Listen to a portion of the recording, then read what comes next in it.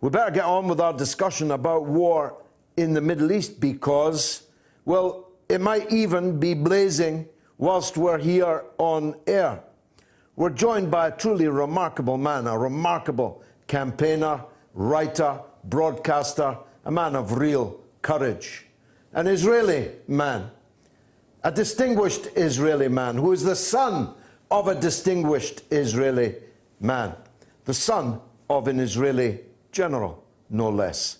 And Miko Peled is someone like myself, falsely represented in some quarters, deliberately, willfully misrepresented. All we want is peace with justice, isn't it, Miko? Absolutely. We're looking for peace with justice, Absolutely. And we say no justice, no peace. Absolutely. I mean, you don't have to be Einstein to work that out, really, do you? No, you don't. No, you don't. Quite the opposite, actually, yeah. Welcome to the show. Thank the you. Proximate cause of our conversation, though it's always great to see you when you're in London, is that this week the balloon's going up, isn't it? Israel has bombed 3 countries. The Lebanese have hit back. Israel's hit back at the Lebanese. Where's all this going, do you think? Well, it seems that, I mean, this is not nothing. This is really nothing new. This is a system by which Israel, you know, operates in the Middle East, in the area, which is really like a mafia. They're terrified of a thought of an all-out war. They're terrified of a thought of actually having to face the Iranian army or the Hezbollah army, because they know their army, the Israeli army knows that they're not equipped. They're equipped, but they're not ready. They're not prepared. They don't have the ability to actually face off a real well-trained, well-motivated army. They've not faced an army in decades, really. They've not fought an army. And so they operate like a mafia, and they go in the shadows, and they bomb here and they bomb there, trying to hit targets that way and hoping to get away with it. But that's how they operate. But that presupposes they're not going to be hit back, and I'm pretty sure they are. I mean, if they attack Iran, Iran will respond with overwhelming force. And without use of nuclear weapons, Israel will be very badly damaged by that response. Ditto the Lebanese. Oh, absolutely, and Israel knows that, and I think that's why the way they pick their target, and I think they're hoping that the response will not be one that will eventually lead to an all-out war, because Israel does not want that. They know last time they faced with Hezbollah in Lebanon, 2006, their forces, the finest Israeli ground forces, you know, fled back home because they couldn't take it. Even when they face Palestinian fighters in Gaza, when they face them ground troops face to face, they end up running away.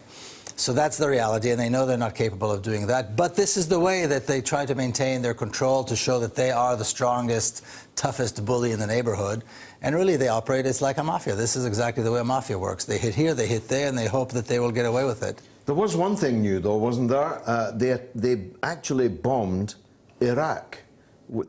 As far as I know, they have not done that before. Yeah. And it has caused a backlash against the presence of US forces and political operators there. Why did they do that? Well, somebody had some bit of information that it was a good target, and that again, I think they knew very well that there was not going to be there won't be any serious consequences to prevent it. And this understanding that there is a need to always prove that we are the toughest, we meaning Israel, is the meanest, toughest bully in the neighborhood, has been, you know, this has been the doctrine for decades, that we always have to maintain this upper hand. We always have to show that we can reach them where they feel safe and so forth. And that's what they're doing. And one hopes, of course, that the Iranians and the Lebanese, Hezbollah, will have the kind of discipline so that we do not end up in an all-out war, because nobody, of course, wants that. But they're battle-hardened now, the Lebanese resistance and the Syrian army. They've been fighting now for years, and they have prevailed against 100,000 or more Takfiri Islamist fanatics who were sent into the country to try and topple the regime and take it over. Hezbollah were a formidable enemy in 2006. They're a much more formidable enemy now. And so one wonders at the political class in your country that thinks they can go on forever doing the kind of things that you describe without provoking an actual war. Yeah, that is their hope, and this is exactly what they build on. And again, people forget, I mean, we look at the Israeli army, it's really no more than a large terrorist organization. I mean, they look good, they've got the uniforms, their generals are young, and they look tough, but they have absolutely no battle experience, and they haven't had battle experience against a military force for many, many decades. Since, well, 82 maybe? Since an army, 73. I mean, that's a very, very long time ago. It means the grandchildren of those soldiers. Yes, these people, the generals today were maybe young soldiers, or maybe not even that, recruits in those days. And their entire career was built on shooting young Palestinian children with rocks. This is their entire military career. So they feel tough because they've got all the hardware, they've got the best equipment, they've got the high, you know, in terms of technology, they can outdo everybody. And they think that by going out there and doing what they call these targeted bombings, that they can maintain their position as the toughest bully in the neighborhood.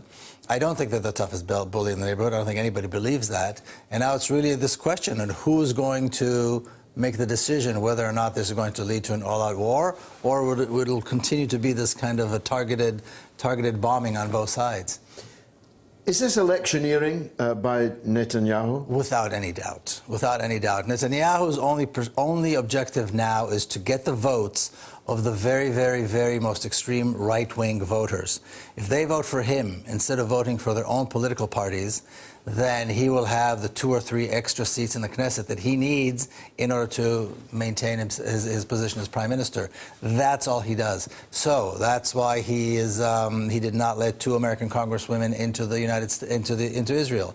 This is why he destroyed homes in Palestinian territories that are in Palestinian Authority territory, because they said they were a threat to Jerusalem, destroying homes of families.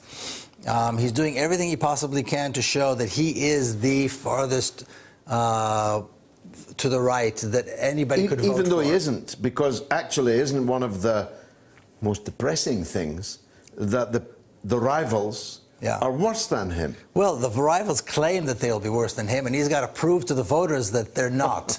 So it's a rush to the right. It's a mad, mad rush to the right. And really, when you think of it, right of Netanyahu, I mean, what could that possibly mean? It's Genghis Khan on horseback. Exactly, it's horrifying. So if he can get those votes, he has another long term in office, and he'll probably never. He's already the longest serving, yeah. Yes, he is. Last elections, he came neck to neck, so that he didn't like that. Although he won many more votes than the Likud won in a very long time.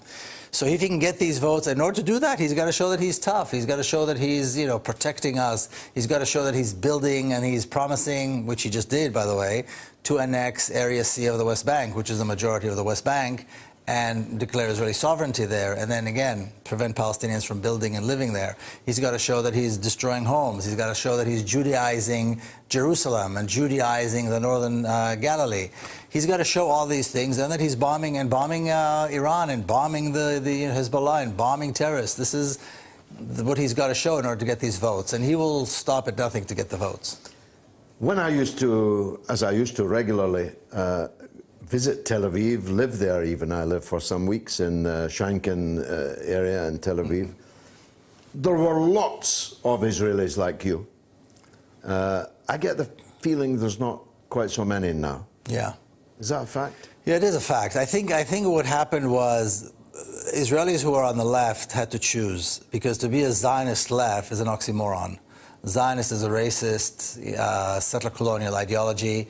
Left means left values that are to the left, socialism and justice and equality and so forth. And there came a point where people had to choose. Are you Zionist or are you left? Are you pro-justice? Do you believe that people have a right to live, even if they are Palestinians, in this country, or not? And the vast majority of the people came down on being Zionist. They decided they wanted to be Zionist, that they have a right to be Zionist, and it was a much easier choice. And there are very, very few who said, no, we're going to give up on the Zionism because it is wrong. There's no way to justify what the Zionists have done over the last 100 years in Palestine. And the call for justice comes first. And left-leaning values should come first before Zionism. And so did such people, because many of them that I know did, effectively left the country. They may go back now and again, but they effectively could no longer live there. Many left, many just became silent, and again, depending on what side they chose, that determined what they decided to do with themselves. But I communicate with people who call themselves Zionist left, and I say, you cannot be a Zionist left. You're living in, what kind of a world are you living in that you can be both Zionist and left? You can be both racist and call for left values. It doesn't make any sense. Tell us about that, because you're American as well as Israeli. The banning of 3 members of the U.S. Congress, which gives, I don't know, you'll tell me exactly the amount, but it's hundreds of millions of dollars a year to, I think, 800 million, something of that order. 3.8 billion. What? 3.8 billion. My goodness, I'm every year. $3.8 billion a year from American taxpayers to Israel. And then you ban 3 elected members of that country's parliament. You know, in most places, a client state like Israel is, i.e., with a cap in hand and receiving that amount in your cap. You wouldn't dream of doing that. You'd say, well, we'll have to just roll with this.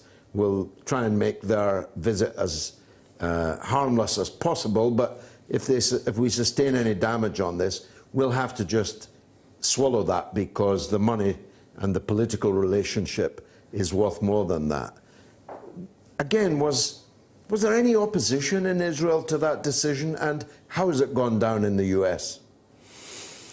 Well, Israel was faced with 2 bad choices, which I think is a very good thing. This whole idea of a congressional delegation led by 2 Muslim members of Congress, women, Ilhan Omar and Rashida Tlaib, one Palestinian, one Somali, was an excellent idea. Strategically, it was brilliant, because Israel could not win.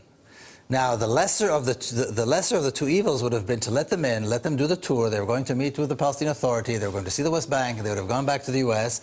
and told the world what the world already knows, that there's an apartheid regime in the West Bank, and so on and so forth. Fine.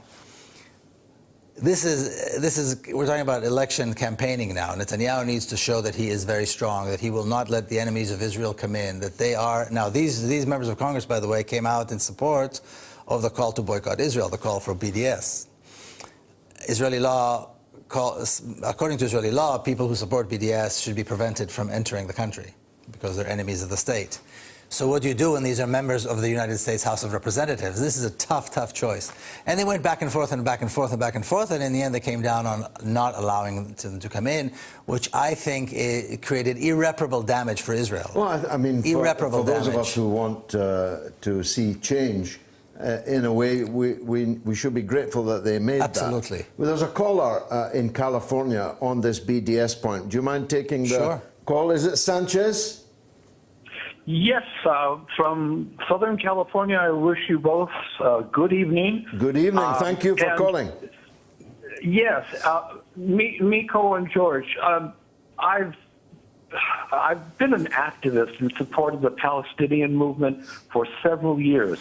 I was also part of the very successful Block the Boat Los Angeles movement here several years ago. Yeah. I've been a member of groups here in Southern California which at best at this point are only interested in holding meetings. Considering the tensions in the Middle East at this very moment and what has been going on with the apartheid state of Israel for so long, I am feeling at best right now both frustrated and helpless. What can we do here on the west coast of the United States, or in the United States in general, do when the BDS movement is being demonized by our politicians who are bought and sold by the Netanyahu government? We all know that that's happening through AIPAC. What can we do as average Americans at this point? Because I am feeling, even though I'm empowered, I've created videos which are sitting on YouTube, which nobody watches. What can we do to help? Miko will answer substantively, as he knows better what's going on in the U.S. But I wouldn't disrespect people who organize meetings. First of all, meetings are important. It's how we deepen our knowledge. It's how we expand our networks, and how our subsequent campaigning can gain more traction. So you shouldn't be too frustrated just because you get a notice for another meeting. There's an old Soviet joke of the man who sees the party secretary running after him in the street, and he says, "Comrade, you missed the last meeting." And the citizen answered, "If I'd known it was the last meeting, I would have gone." So I know that life can seem interminable meetings, but I wouldn't diss them altogether. And by the way, the videos you've got sitting up on YouTube will be seen by many people after your appearance here on the Mother of All Talk Shows tonight. And we'll ask you before we let you go how people can find them. I'm hoping that they're honest and decent because I oughtn't to endorse them before I've seen them myself. Miko, what's the answer to Sanchez's question? Well, send me those videos too on Facebook or on Messenger or somehow, and I'll take a look, and I'll be happy to share them too.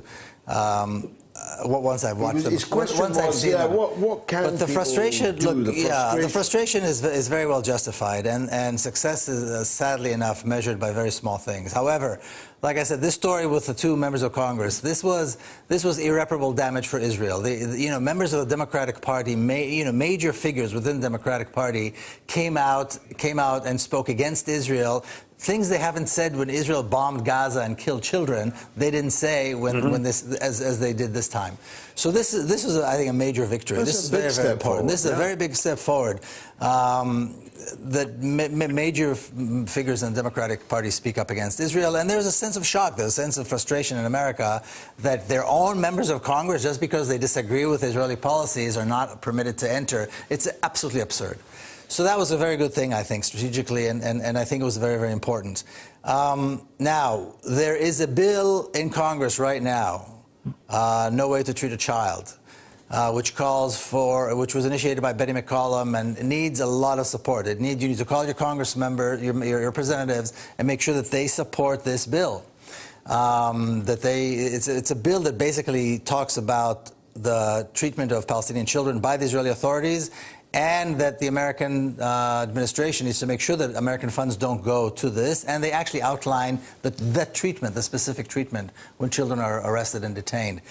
Make sure that your member of Congress, that your members of Congress, of your friends and neighbors and so forth, know that you demand that they support that.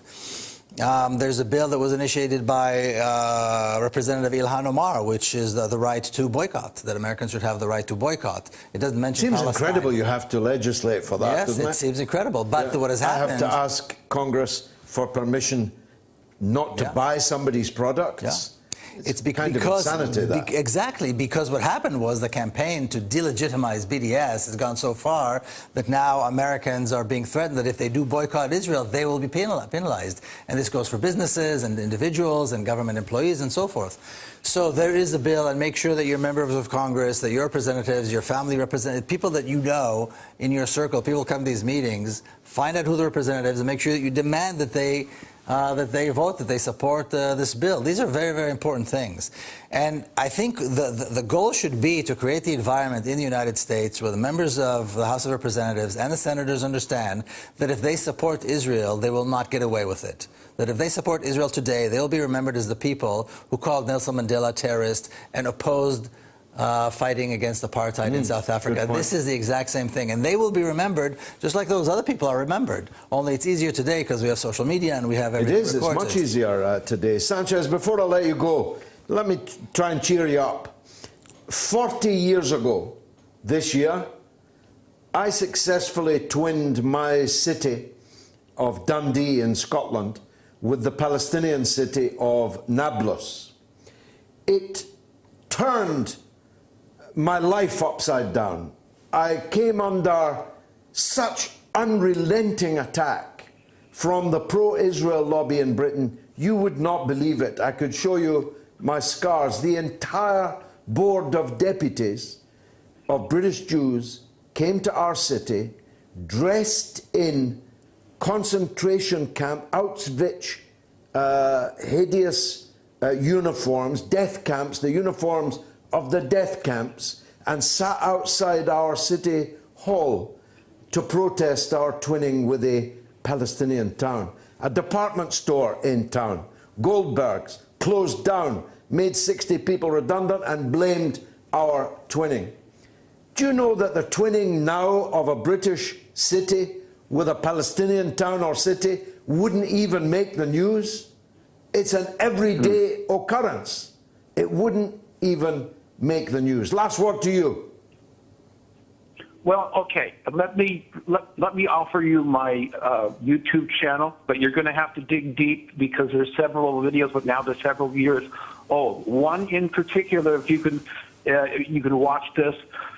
It's called Block the Boat, Los Angeles, a solidarity story.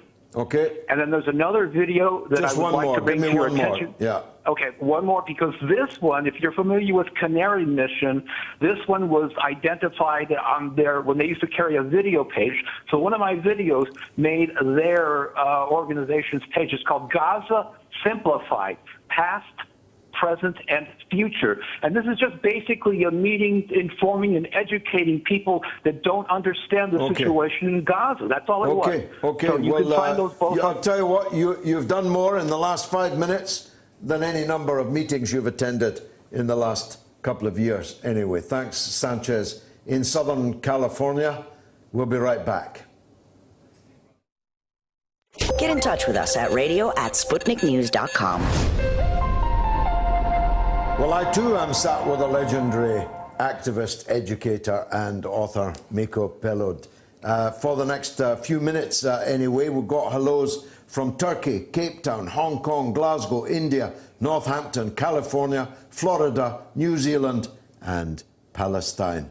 Well, of course, there still is a place, Miko, called Palestine, despite all the efforts. As you know, I was, for a very long time, more than half my life, very close to President Arafat. And he used to have a saying, it wasn't very politically correct, but he used to say, we are not the Red Indians. We're not going into the museum. They have at least achieved that, the Palestinians, haven't they? They haven't gone into the museum, despite all efforts to wipe the name Palestine off the map and off every form, every kind of officialdom. Everybody in their heart knows that what happened to the Palestinians has to be atoned for, has to be accounted for, has to be redressed. Yes. You know, Professor Nur Masalha from SOAS here, Palestinian professor, just came out with a book called Palestine, a 4,000-Year History. And one of the things he shows is how that piece of land has been consistently called Palestine or Palestine, going back all the way to the Bronze Age, until one day in 1948 it became Israel. And suddenly the narrative has changed completely, and the narrative that calls the country Israel has become so strong that educated people, most people, still think that that piece of land has been called Israel for thousands of years, and then suddenly it became Palestine. So I would recommend people read that book. The reality is that Palestine has been a consistently Palestinian, and we have to look at this day in 1948 and say, well, what happened, and why do we accept suddenly that the name has changed and the country suddenly became this new thing? So I call on people to look back at their values and say, well, let's take a look. If we accept racism, settler colonialism, ethnic cleansing, and genocide, then we must call the country Israel. And if we call the country Israel, we're legitimizing all of these things, and if our values tell us that that's right, then that's right. If we oppose racism and apartheid and the ethnic cleansing and so forth, if we believe in justice and freedom, then we must continue to call the entire country Palestine as the indigenous people of the country call it. So it's all Palestine, from the river to the sea, the Nakab in the south and the Galilee in the north, and Jerusalem and everything in between. If our values, again, point us in the direction of justice and freedom and democracy. Now, we have to also remember, and I'm sure you know this, 30, 40 years ago, Palestinians in the Galilee, in the Nakab Desert, who have Israeli citizenship, many of them did call themselves Israeli Arabs. Today, you're not going to hear that. You're going to see Palestinian flags in Jaffa. You see Palestinian flags in the Nakab Desert. People call themselves Palestinians. Everybody, activists on the ground throughout the entire country, talk about a single goal, which is freeing all of Palestine, creating a real democracy with equal rights from the river to the sea. This is the only thing that's discussed. This is the only thing that people realize is realistic. So not only are the Palestinians not going into museums, there's a huge and strong and revival of Palestinian nationalism and recognition of their own right to the country, to the culture, to the history. Amen. Here's Jennifer in Lancashire in England. She's got a question. Jennifer. Yeah. Hello, George. I'm a great fan of yours. I'm stalking you from previous programs. I'm a first-time caller. Okay. And may you live forever, George, for the wonderful job that you do. Pray for me. Thank you. George, I wanted to ask about the close relationship between America and Israel. I've heard an expression that we're two nations, one heart. And there seems to be, from what I can understand from looking at the American news, that there's cross-party support from both Republicans and Democrats. It seems to be there are very lone voices that are not supporting Israel, and Trump's administration, whilst campaigning, was all about not being interventionist, not being involved in other people's countries, but in fact has shown itself to be staunchly Zionist. And of course he's got people in his administration, Kushner and Abrams and Bolton and Pompeo, all these people who represent very much a very Zionist perspective. Yeah. Well, look, also a good within call. the population. Let me stop you just because of the hour. And it was an excellent call. Don't be a stranger. Make sure you call regularly. Miko, she has a point. It's beginning to change, isn't it? But it is remarkable, the solidity of support for Israel in United States politics. I don't know what it's like down amongst the public opinion, but, you know, given all the things that need spending on in the United States, even the money alone, you would think, would cause people to say, what did you say it was, 3.8 billion? $3.8 billion, that's a lot of dollars. Yeah. Even quite apart from all political questions, you'd think a movement would arise in the United States that said, I want that spent in my state on crumbling infrastructure and so on. Why is it that Israel is so strong in the US political system? I think there's two things. One, the shared values, the one heart. That's a big part of it. Both countries were built on genocide, on ethnic cleansing. America was built on slavery. Israel is built on the apartheid regime and using Palestinians as cheap labor. So I mean, those are very strong shared values. You know, this is really these are the values that they share, and they pretend that they're democratic, which of course they're not.